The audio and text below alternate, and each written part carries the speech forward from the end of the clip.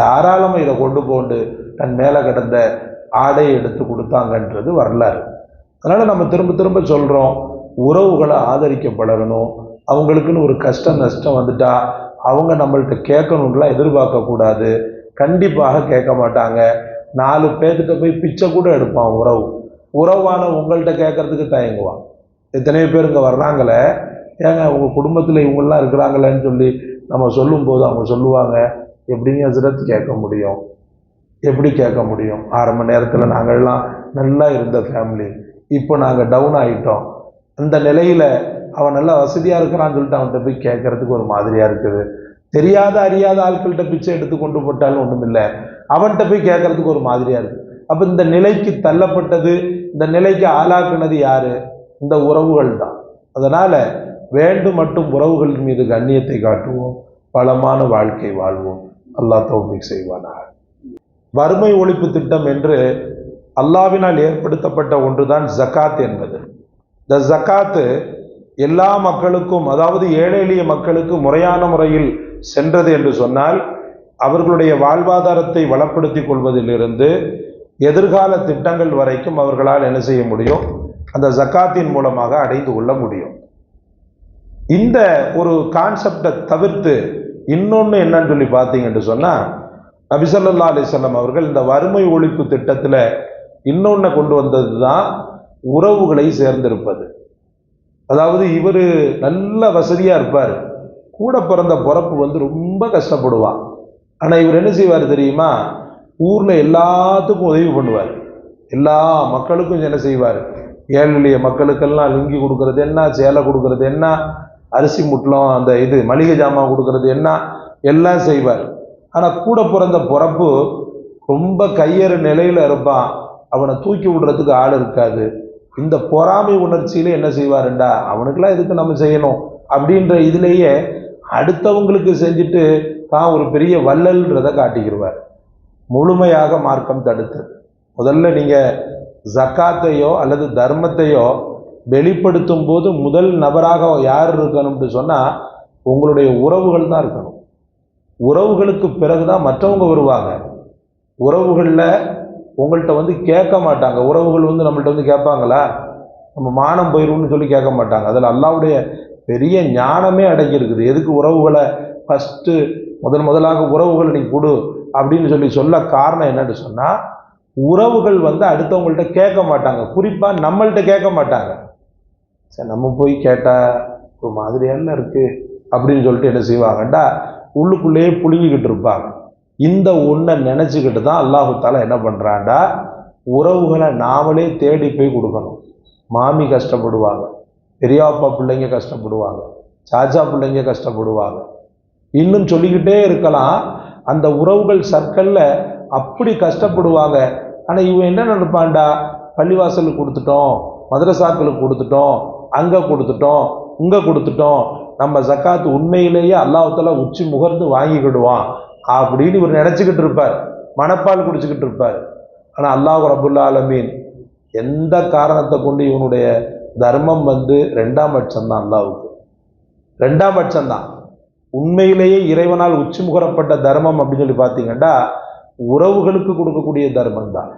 உறவுகளுக்கு கொடுக்கக்கூடிய தர்மத்தினால 2 பலாபலன்கள் விளையுது. ஒன்று என்னண்டா, உறவுகளை சேர்க்கணுன்ற அந்த ஒரு கண்ணியமும் ஏற்பட்டுரும். அதே போல் ஒருத்தருக்கு உதவி பண்ணணுன்ற அந்த கண்ணியம், உதவி பண்ணிட்டோன்ற அந்த ஒரு சூழ்நிலையும் சவாபும் ஏற்பட்டுரும். சகோதரர்களே, ஒரு உறவை நீங்கள் தூக்கி விடுவது எவ்வளோ பெரிய சவாபுன்னு சொன்னால், பெருமானார் ஸல்லல்லாஹு அலைஹி வஸல்லம் அவர்களை பொறுத்தவரை தன்னுடைய குடும்பத்தில் யார் கஷ்டப்பட்டாலும் தாங்க மாட்டாங்க.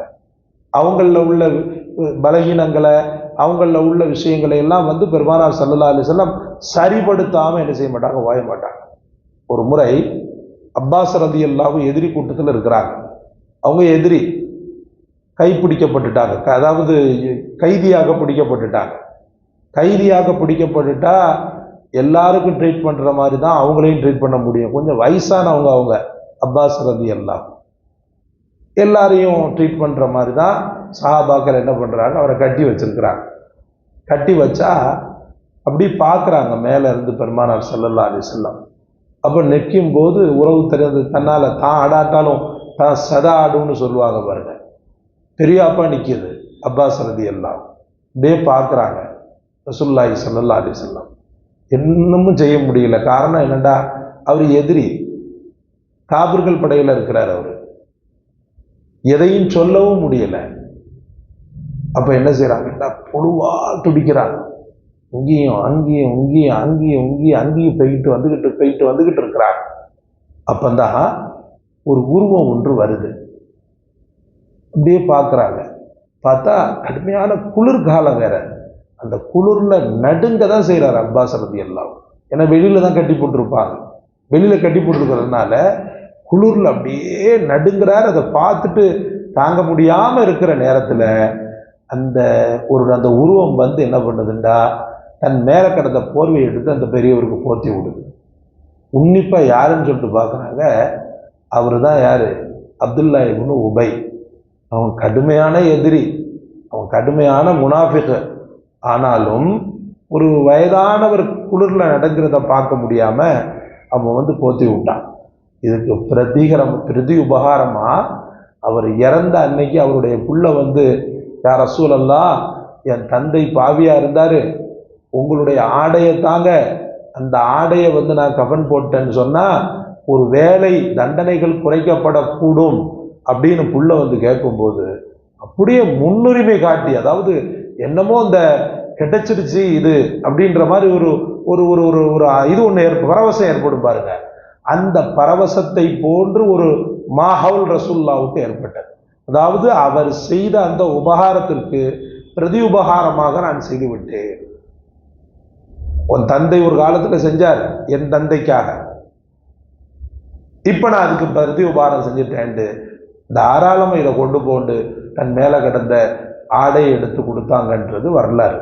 அதனால நம்ம திரும்ப திரும்ப சொல்றோம், உறவுகளை ஆதரிக்க பழகணும்.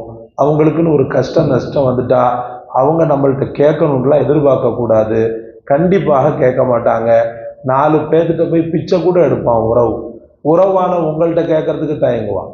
எத்தனையோ பேர் இங்கே வர்றாங்களே, ஏங்க உங்கள் குடும்பத்தில் இவங்கெல்லாம் இருக்கிறாங்களேன்னு சொல்லி நம்ம சொல்லும்போது அவங்க சொல்லுவாங்க, எப்படிங்க ஹஸ்ரத் கேட்க முடியும், எப்படி கேட்க முடியும்? ஆரம்ப நேரத்தில் நாங்கள்லாம் நல்லா இருந்த ஃபேமிலி, இப்போ நாங்கள் டவுன் ஆகிட்டோம். அந்த நிலையில் அவன் நல்லா வசதியாக இருக்கிறான்னு சொல்லிட்டு அவன்கிட்ட போய் கேட்கறதுக்கு ஒரு மாதிரியாக இருக்குது.